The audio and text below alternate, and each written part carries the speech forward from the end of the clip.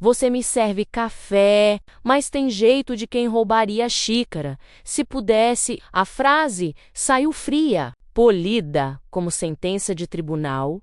O silêncio caiu sobre o salão do La Dome Café, no Iguatemi Brasília, onde o som das xícaras de porcelana Vista Alegre tilintava como pequenos sinos. Daniel Alves, o garçom, manteve o olhar baixo. A bandeja em suas mãos tremia de leve, mas sua voz não. Desculpe, doutor, foi sem intenção.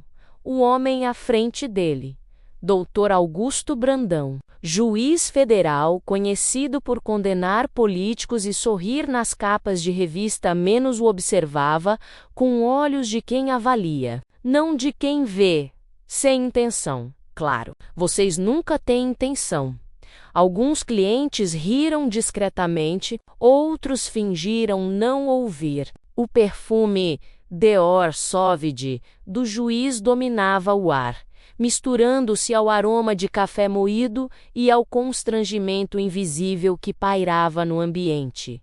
Daniel respirou fundo, ajeitou o avental preto e se afastou em silêncio. Na mesa ao lado, uma jovem menos Clara Brandão, filha do juiz, menos observava tudo, perplexa. Pai? Isso foi desnecessário. Desnecessário é um funcionário mal educado que encara o patrão, respondeu ele, sem olhar para ela. O garçom caminhou até o balcão. Suas mãos tremiam, mas o rosto permanecia sereno. Por dentro, o coração latejava com a lembrança de todas as vezes em que ouvira algo parecido.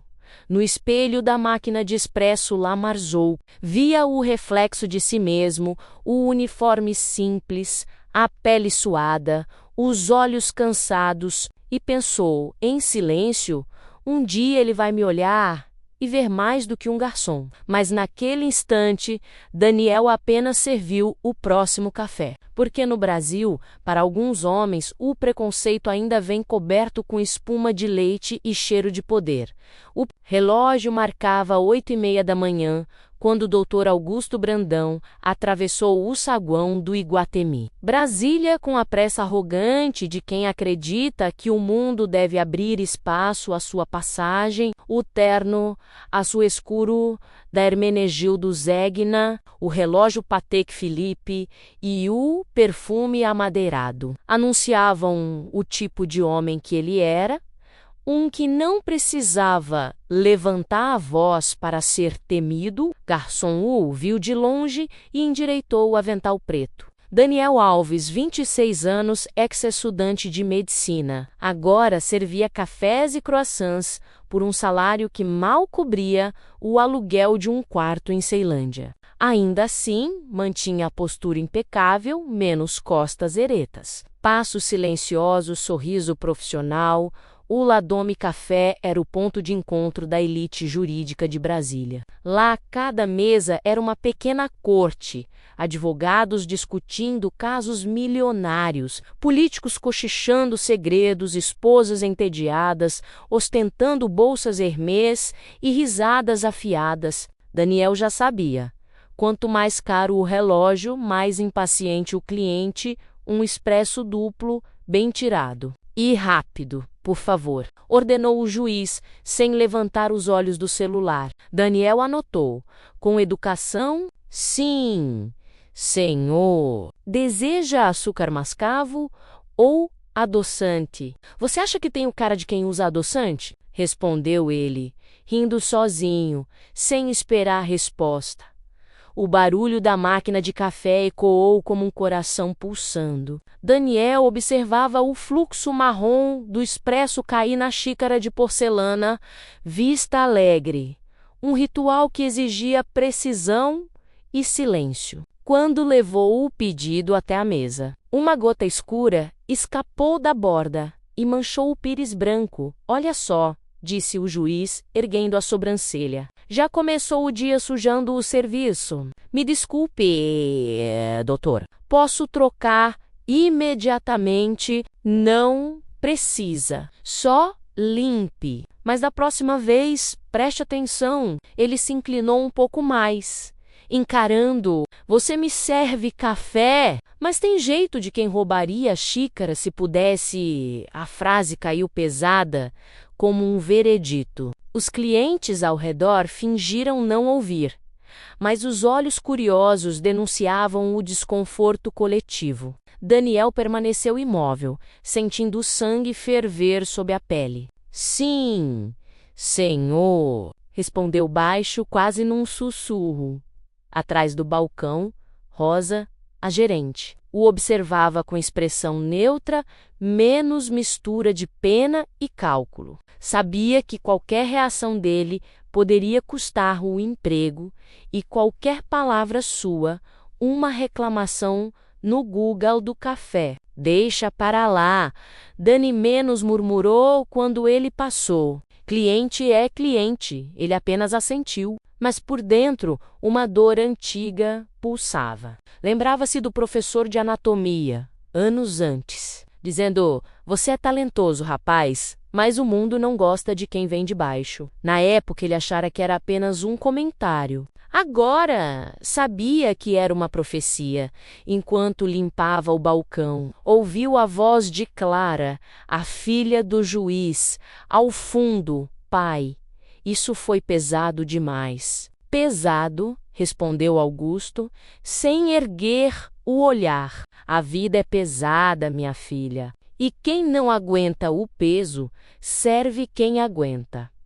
Daniel fingiu não ouvir, mas as palavras queimaram mais do que o café quente. Terminou o turno, retirou o avental e saiu pela porta dos fundos, em direção ao ponto de ônibus. O sol do cerrado caía impiedoso sobre o asfalto, e o reflexo dos carros importados nas vitrines cegava por instantes no ônibus lotado. O ar cheirava a desodorante barato e esperança cansada. Daniel encostou a testa na janela e deixou o vento bater no rosto. O corpo estava exausto, mas a mente não parava. Cada insulto ecoava, misturado às vozes do passado. Professores, clientes, vizinhos.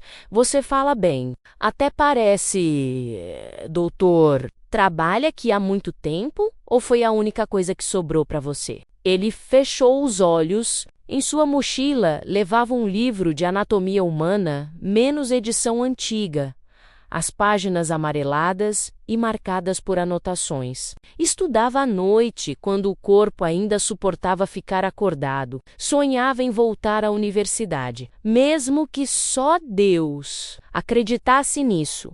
O ônibus balançou e ele sorriu de leve. Um dia, o mundo vai me ouvir menos, nem que seja pelo som do meu silêncio. E assim, enquanto a cidade cintilava ao longe, Daniel seguia seu caminho, sem perceber que o destino já começava a traçar o mesmo círculo que, em breve, o colocaria frente a frente com o homem que o havia condenado, não num tribunal, mas na vida. A noite caía sobre Ceilândia Norte, e o céu, pesado de nuvens, refletia o laranja dos postes nas vielas estreitas. O cheiro de feijão e sabão em pó misturava-se ao barulho dos ventiladores e dos vizinhos conversando nas calçadas. Era um bairro que nunca dormia de verdade, menos apenas descansava entre uma luta e outra.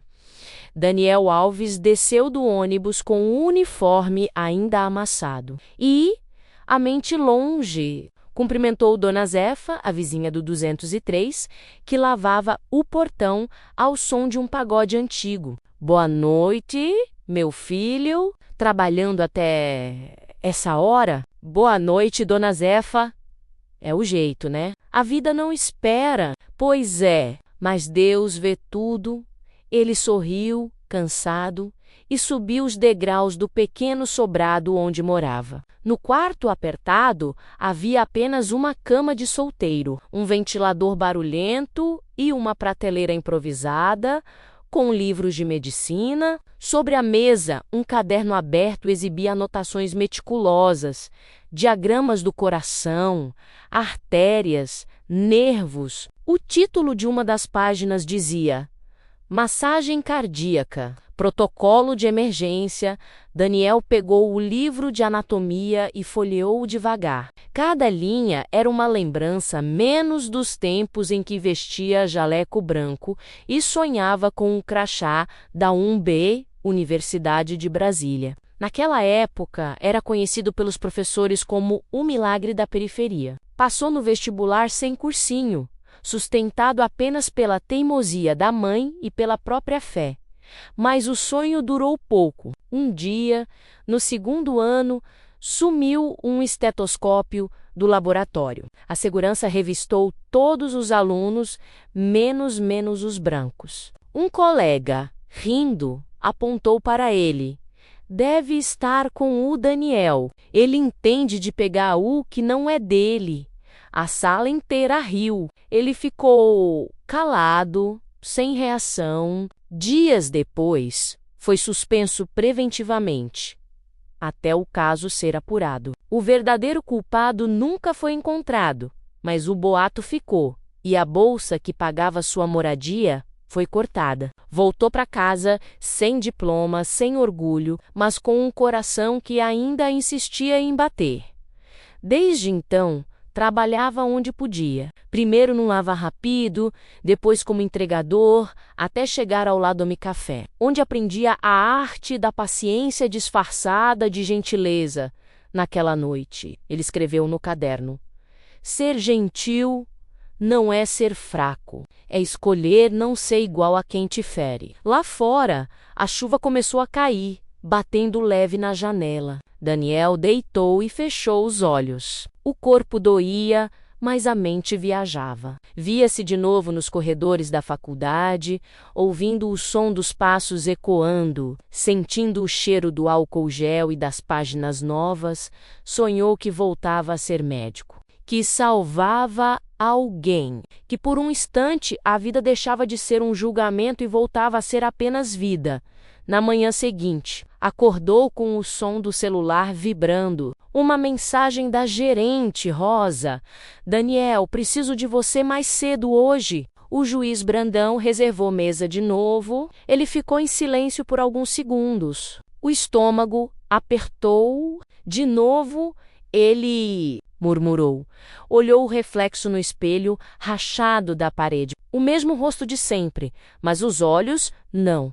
Havia algo diferente neles. Não raiva, nem medo, apenas um cansaço profundo. O tipo de cansaço que nasce quando a dignidade é testada todos os dias. Pegou o livro, colocou na mochila e saiu. No ônibus, olhou pela janela o céu limpo depois da chuva. Pensou nas palavras da vizinha. Deus vê tudo. Talvez fosse verdade. Talvez um dia até o juiz veria também, enquanto o ônibus se aproximava do centro. Daniel não fazia ideia de que o destino preparava sua prova final e que o conhecimento guardado em silêncio, naquela prateleira modesta, logo decidiria entre a vida e a morte de outro homem. O relógio do Ladome Café marcava 10h22, quando o juiz Dr. Augusto Brandão entrou novamente no salão. Com o mesmo ar de autoridade e o mesmo perfume amadeirado da Dior naquela manhã, vestia um terno Armani impecável e falava ao celular com voz firme. Sim, ministro, deixei a decisão pronta. Esse tipo de gente precisa de exemplo, não de empatia. Enquanto caminhava até sua mesa habitual, cumprimentou a gerente Rosa, que o recebeu com um sorriso automático, desses que misturam respeito e medo. O senhor de sempre, doutor. Claro, e diga ao rapaz que sirva direito hoje. O rapaz era Daniel, ele já o tinha visto entrar, e por um instante pensou em pedir para outro garçom assumir. Mas respirou fundo. Se eu recuar agora, vou continuar sendo quem eles acham que eu sou. Aproximou-se da mesa com calma. Bom dia, senhor. Um expresso duplo, como sempre. O juiz ergueu os olhos, o reconheceu, e um meio sorriso de ironia se formou em seu rosto. O estudante de medicina que virou garçom, ainda praticando anatomia todos os dias. Doutor, respondeu Daniel com serenidade, principalmente a anatomia da paciência. Um leve murmúrio percorreu o salão. Clara, a filha do juiz, estava ali, novamente, desta vez acompanhando o pai. Pai, chega, por favor. Clara, você ainda é jovem. Precisa aprender a colocar as pessoas no lugar delas. Daniel apenas assentiu e se afastou. No balcão, Rosa sussurrou. Ele está te provocando, Dani. Não responde. Eu não preciso responder, Rosa. A vida responde por mim. A máquina La Marzocco começou a chiar, soltando vapor e aroma. Daniel preparou o café com a precisão de quem opera um coração menos cada movimento. Medido, cada gesto contido, colocou a xícara no pires de porcelana Vista Alegre e seguiu até a mesa quando pousou o café à frente do juiz. Augusto ergueu a mão, pronto para uma última provocação, mas as palavras morreram antes de sair. O rosto dele empalideceu, as pupilas se dilataram. A mão tremia, pai. Clara se levantou, assustada. Pai, o que foi? O juiz levou a mão ao peito. O copo de água tombou. O silêncio que seguiu foi absoluto. Apenas o som da respiração falha e o tilintar da xícara caindo no chão. Alguém chama uma ambulância, gritou Rosa, mas Daniel já estava em movimento. Deixou cair o avental, ajoelhou-se ao lado do homem e verificou o pulso. Taquicardia, respiração superficial, murmurava em automático. Ajeitou o corpo de Augusto sobre o chão, inclinando a cabeça. Ele está infartando? Você é médico? Perguntou um cliente, incrédulo. Não, só lembro o que aprendi antes de desistirem de mim. Sem hesitar, começou a massagem cardíaca. As mãos pressionavam o peito com ritmo firme. 30 compressões, 2 insuflações. O salão inteiro observava, em choque, o garçom negro salvando o juiz branco que o humilhara dias antes. O suor escorria pela testa de Daniel. Vamos, doutor. Respira, repetia. Entre cada impulso, pai, gritava Clara, segurando a mão dele. O juiz arquejou, tossiu. O corpo sacudiu em espasmos. E então, de repente, o ar voltou. Um som fraco, um gemido menos, mas era a vida. Daniel recuou, respirando ofegante. O silêncio se quebrou num coro de murmúrios. Rosa chorava. Um cliente aplaudiu baixinho e logo todo o salão o acompanhou. Mas Daniel não sorriu. Apenas olhou para Clara e disse: ele vai precisar de um hospital agora. Pressão, oxigênio e monitoramento contínuo. A ambulância chegou minutos depois. Enquanto os paramédicos colocavam o juiz na maca, Clara agarrou a mão de Daniel. Obrigada. Eu não sei como agradecer. Ele respondeu apenas com um aceno. Só reza para ele acordar. O resto, a vida decide quando o veículo partiu. O café inteiro parecia diferente menos, como se cada pessoa ali tivesse visto algo que não saberia explicar. Rosa se aproximou, enxugando os olhos. Você salvou o homem que te tratou como lixo. Não, Rosa, eu salvei um ser humano.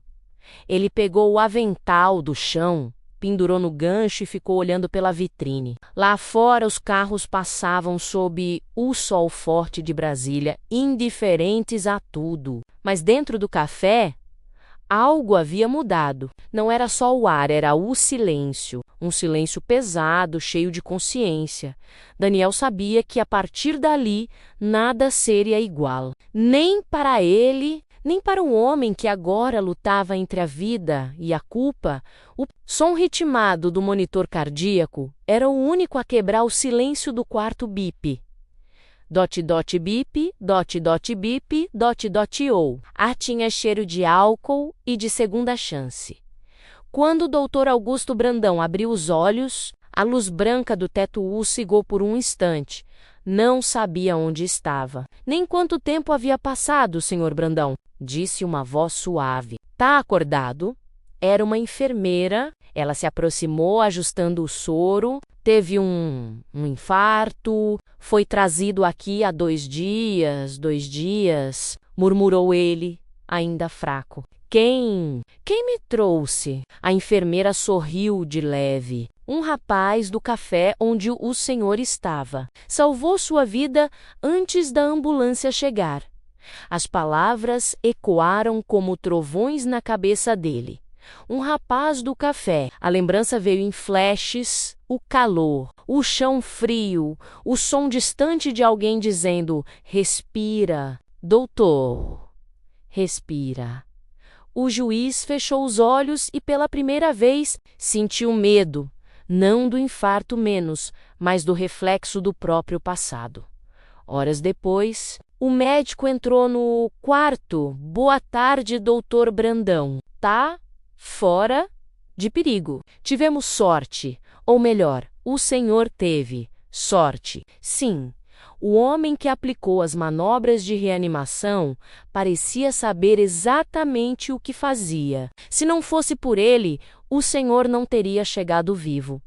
Augusto ficou em silêncio, olhando para o teto. A vergonha começou a se infiltrar em cada espaço. Entre as costelas, sabia quem era aquele homem e sabia o que havia dito a ele, quando a porta se abriu novamente. Clara entrou, os olhos vermelhos de tanto chorar e de tanta raiva, pai Clara. Tentou sorrir, mas a voz falhou. Ele te salvou. A frase saiu cortante. O homem que o senhor humilhou, eu sei, murmurou, desviando o olhar. Disseram-me. Sabe o que ele fez depois que a ambulância levou o senhor? Voltou a servir café, como se nada tivesse acontecido.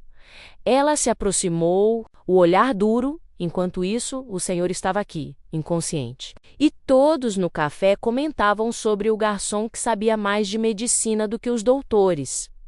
Augusto respirou fundo. Eu cometi um erro. Clara quase riu. O senhor passou a vida julgando pessoas por cor, por roupa, por endereço. Quantos erros desses o senhor cometeu em silêncio? Ele não respondeu. As lágrimas vieram sem aviso, discretas, envergonhadas, como se pedissem desculpas à própria alma. Eu achava que estava fazendo o certo. Não, pai. O senhor estava fazendo o que era fácil. O certo exige olhar o outro como igual. Clara saiu, deixando-o sozinho. O som do monitor voltou a dominar o ambiente. Bip, bip, bip. Mas agora, cada batida parecia uma confissão. No dia seguinte, o médico entrou novamente. O rapaz que o salvou veio deixar algo para o senhor. Entregou um envelope pardo sobre a mesa de cabeceira. Com as mãos trêmulas, Augusto abriu. Dentro havia uma folha de caderno, escrita à mão com letra firme, Dr. Brandão. Não precisei de diploma para salvar sua vida. Só precisei lembrar quem eu era antes do mundo. Tentar me convencer do contrário. Espero que o senhor também se lembre de quem é. Antes que o poder apague o homem que existe aí dentro, Daniel Alves. O juiz leu 1, 2, 3 vezes. Aquelas palavras eram mais pesadas do que qualquer sentença que já havia escrito à noite. Quando Clara voltou, encontrou o pai sentado na poltrona, olhando para a janela do quarto. Lá fora, o reflexo da lua tremia sobre os vidros. Ele te perdoou, pai, disse ela. Não, filha. A voz saiu baixa. Ele não me perdoou. Ele me ensinou. Clara sorriu, triste. E o que o senhor vai fazer com isso? O que todo homem deveria fazer quando encara a própria vergonha. Mudar, a enfermeira entrou para ajustar o soro.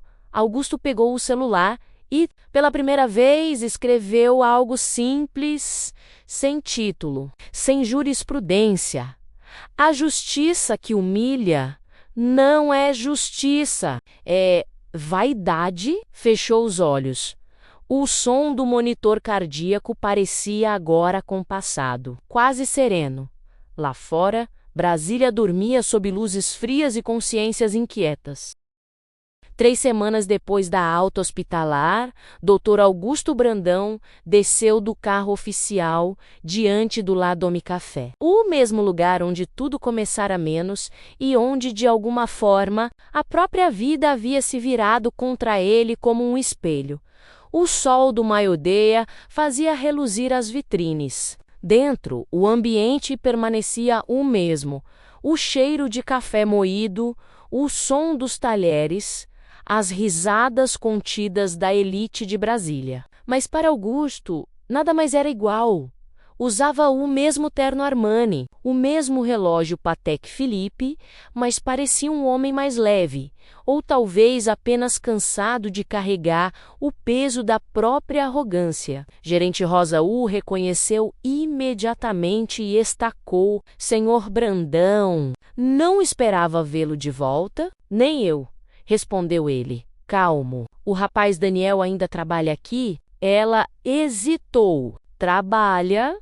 Sim. Tá no turno da tarde. Então, espero. Sentou-se à mesma mesa de antes, olhando para a cidade através da parede de vidro. As pessoas passavam apressadas lá fora, alheias ao turbilhão de lembranças que lhe subia pela garganta. Sentiu o coração bater mais rápido, não de medo, mas de vergonha. Minutos depois, Daniel surgiu, vestindo o avental preto de sempre, o cabelo preso, o olhar tranquilo. Boa tarde, senhor. Deseja o mesmo de sempre? Augusto respirou fundo, antes de responder não. Hoje quero apenas conversar. O garçom parou, sem saber o que esperar. O salão inteiro pareceu ficar em silêncio. O juiz se levantou devagar, os olhos marejados. Daniel, começou. Eu devia ter te pedido perdão no hospital, mas não consegui. Não há o que perdoar, doutor. Ah, sim, interrompeu. Há o que se reconhecer. Augusto olhou em volta, depois voltou o olhar para ele. A vida me fez juiz, mas eu nunca aprendi a enxergar as pessoas fora dos autos. Achava que justiça era punir. Agora sei que é entender. Daniel manteve o silêncio. Não havia rancor em seu rosto, apenas uma serenidade que o outro jamais conhecera. Eu não tenho como apagar o que fiz menos, continuou. Augusto menos, mas quero fazer. O que é certo? Tirou um envelope do paletó e o colocou sobre a mesa. Um convite para voltar à universidade. Já falei com a reitoria da UNB, eles aceitaram te reabrir o processo de bolsa integral. Daniel olhou para o envelope, depois para o homem à sua frente. O senhor acha que o dinheiro conserta o que o preconceito destrói? Não, respondeu Augusto, firme, mas é um começo. O silêncio entre os dois era denso, mas não hostil. Do balcão, Rosa observava em lágrimas. Daniel respirou fundo. Depois colocou o envelope de volta nas mãos do juiz. Eu agradeço, de verdade, mas quero chegar lá pelo meu caminho. O que eu quero do senhor não é um favor, é que o senhor olhe para todos os Daniels que cruzarem sua vida e não os enxergue como suspeitos, mas como iguais. Augusto assentiu lentamente. Prometo, né? Então já estamos quites. Um pequeno sorriso se formou no rosto de Daniel. Posso te oferecer um café? Sim, o mesmo de sempre. Mas o juiz hesitou. Desta vez, deixa cair se quiser. Os dois riram, e o som foi simples, quase humano. O aroma do café fresco encheu o ar. Daniel serviu a xícara com a mesma delicadeza de sempre. E Augusto, pela primeira vez, Disse obrigado, de nada, doutor. Enquanto o juiz tomava o café, olhou seu reflexo na superfície escura do líquido. Pela primeira vez, não viu o homem poderoso das capas de revista, nem o magistrado temido nos tribunais. Viu apenas alguém aprendendo a ser humano. Ao sair do café, o vento de Brasília levantou as folhas das árvores da praça. Augusto olhou para o céu e sorriu. Sabia que a culpa não desapareceria, mas transformava-se em algo melhor. Consciência. Dentro do café, Daniel limpava a mesa com calma. Clara, que o esperava na porta, se aproximou. Ele mudou. Ainda bem, respondeu ele. Alguns aprendem pela dor, outros pelo amor. O importante é aprender. Ela sorriu. E você, o que vai fazer agora? Daniel olhou para o horizonte, onde o sol dourava os prédios do eixo monumental. Continuar estudando e servindo. Servindo café? Não, servindo propósito. Os dois se olharam, cúmplices de um mesmo entendimento silencioso. A justiça verdadeira, pensou Daniel, não está na lei nem na sentença. Está no momento em que um coração arrogante aprende a se curvar diante de outro que apenas soube perdoar. E, assim, entre o cheiro de café e o som dos passos se afastando, um mundo continuou igual menos. Mas dois homens, de classes e cores diferentes, jamais seriam os mesmos.